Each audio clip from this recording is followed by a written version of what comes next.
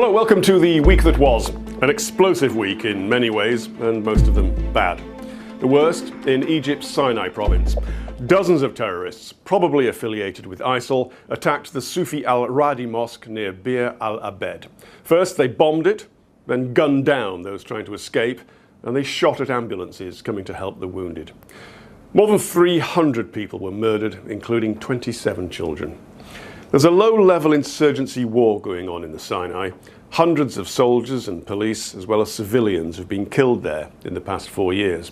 President Sisi ordered the military to restore stability and security within 3 months. So the army and air force went after jihadist groups with ground raids and bombing runs. But the Sinai remains a poverty-stricken area, fertile ground for radicalism. At 3 a.m. local time on Wednesday, the North Koreans launched another intercontinental ballistic missile. It was the 16th missile test since February, but this was different. It was bigger than any previously launched, and it showed a major advance in technology. Theoretically, the missile could carry a nuclear payload hundreds of times more powerful than that dropped on Hiroshima. The Hwasong-15 missile took off from near the capital, Pyongyang. It reached an altitude of 2,900 miles, flew for more than 50 minutes, and landed in the sea off the coast of Japan. Not in sovereign territory, but within Japan's exclusive economic zone. Experts said that a lower trajectory could allow this missile to even reach Washington, D.C. So, a new missile, new range, new problem. President Trump said he was going to deal with it. Senator Lindsey Graham said, "We're headed towards a war if things don't change."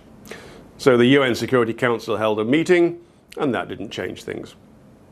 On Thursday, Saudi Arabia said Houthi rebels in Yemen had fired another ballistic missile towards the kingdom, following the one launched on November 4th. This one was aimed at the city of Khamis Mushayed, but was intercepted and destroyed mid-air. Writing before the incident, Reuters had reported it had seen a UN document suggesting that previous missiles fired appeared to have been designed and manufactured by Iran, but it stopped short of saying Tehran had supplied them to the Houthis. More explosions in Syria.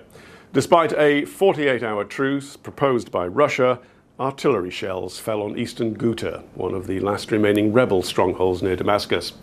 Rockets were fired into government-held areas of the capital as well.